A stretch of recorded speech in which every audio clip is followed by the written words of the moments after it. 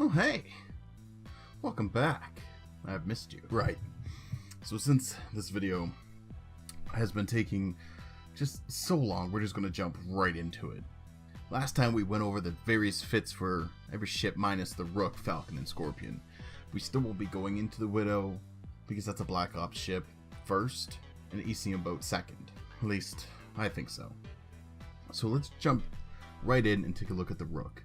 Now, the Rook is a weird ship. It doesn't really excel at anything except being a super scumbag ship, which thankfully is right up our alley because we're flying ECM. So with the Rook, I opted for more tank rather than pure ECM boat, because if you're flying a Rook and fitting nothing but ECM and ECM related modules, why are you not just flying a Falcon? So we're going to start with our high slots, hams, because we'll be going in hard, and since we don't appear on D-scan because of the combat recon passive, there's a higher likelihood that the enemy is going to be warping right on top of you. Whether you're on a gate or in a site, they're going to be close unless they suspect you're there because of any number of variables, like if you've got another fleet member in the same area as you.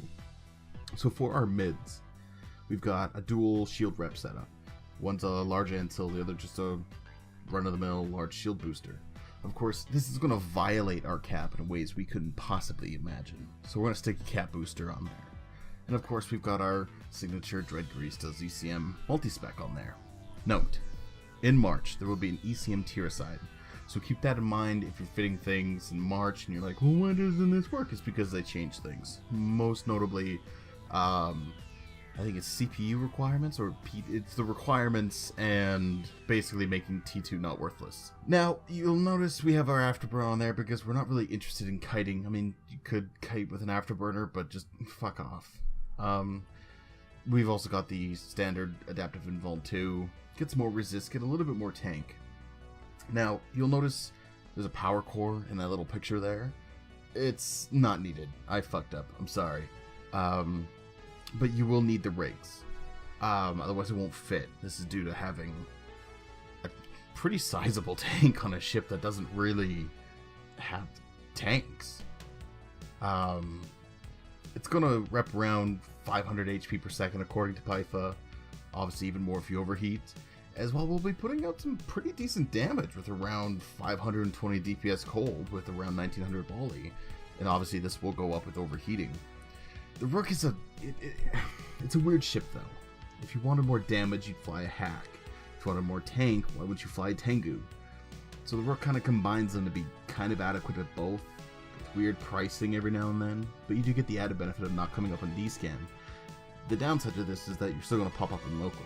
So if they can't find you in any stations or in space, the enemy is just going to assume you're the cloak during the combat recon, so be wary of that.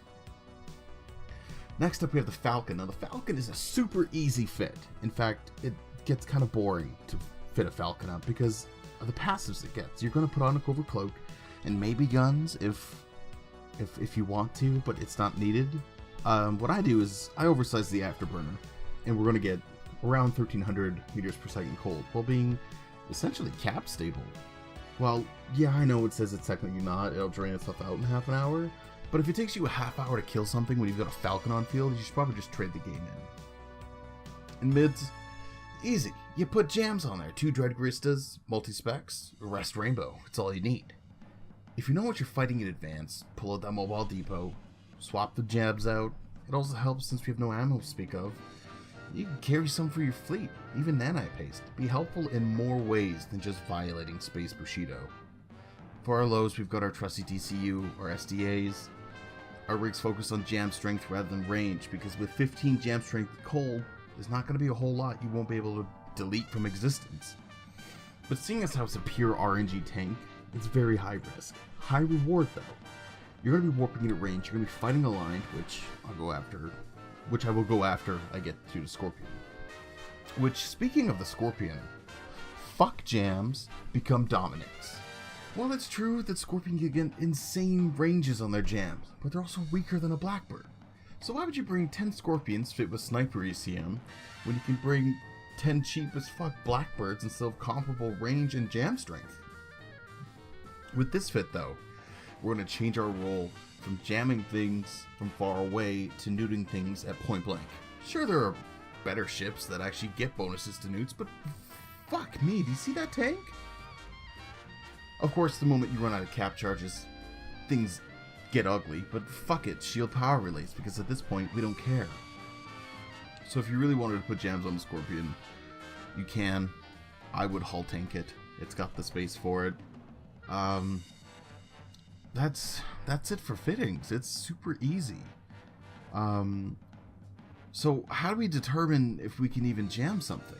Now, you can either do the math yourself, and for understanding or to figuring out what a single jam can do, it's your jam strength divided by the enemy sensor strength times 100. That's it. Or you could be really lazy and just use any of the ECM jamming calculator sites that's out there. There's going to be one in the description. It does all the work for you, so you can keep flying ECM easy. But as you keep flying, you're going to start remembering what sensor strength of enemy ships are and what you're capable of. And soon, with experience, you're going to be able to answer the question of, hey, can you jam insert ship here? And to which you'll always respond with, yeah, probably. We add the word probably so that we can leave a hint of failure, because ECM right now, it's all RNG. And all we've been doing with all these fits is just stacking that RNG in our favor, that's all. And really the only rule to fitting ECM, aside from don't fit T2 jams until March, is make sure the RNG odds are always in your favor. That's it. Now, a couple of you might be wondering, well, why metaphors? They're more expensive. Well, yeah, but they heat better. They cost less with requirements to your ship, and they get the same jam strength, so why wouldn't you? Now we're going to get into fighting aligned. What is it? It's precisely that, fighting aligned. Oh, and as a side note, if you don't fight aligned, things like this can happen. Kill him, he's locking me! Kill him, he locked me! Oh no! His Vespas!